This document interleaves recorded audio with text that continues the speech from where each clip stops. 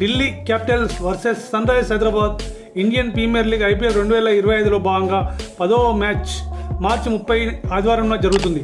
Double హెడర్లో భాగంగా మొదటి match doctor YS Rajasekhara Reddy ACA-VDCA cricket స్టేడియంలో జరుగుతుంది.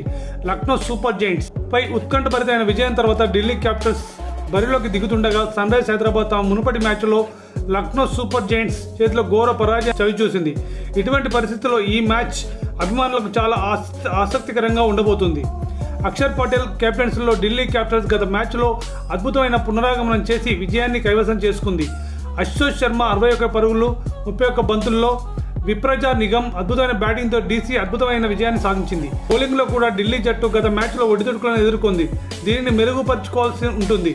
హైదరాబాద్ జట్టుకు ప్యాట్ కమిన్స్ నాయకత్వం వహిస్తున్నాడు. కానీ ఆ జట్టు లక్నో చేతిలో ఘోర పరాజయాన్ని చవిచూడాల్సి వచ్చింది. ఆ మ్యాచ్లో శార్దూల్ ఠాకూర్, నికోలస్ పూరన్ హైదరాబాద్ నుంచి మ్యాచ్ను లాక్కున్నారు.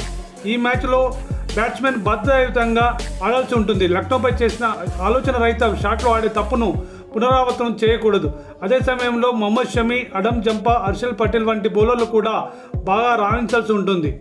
IPL Delhi versus Hyderabad head to head record. IPLలో ఇప్పటివరకు Delhi Capitals versus Sunrisers Hyderabad మధ్య మొత్తం 24 మ్యాచ్లు జరిగాయి. వీటిలో ఢిల్లీ క్యాపిటల్స్ 11 మ్యాచ్ల్లో విజయం సాధించగా సన్ రైజర్స్ హైదరాబాద్ 13 సార్లు విజయం సాధించింది. అంటే రెండు జట్ల మధ్య కఠినమైన పోటీ కనిపిస్తుంది.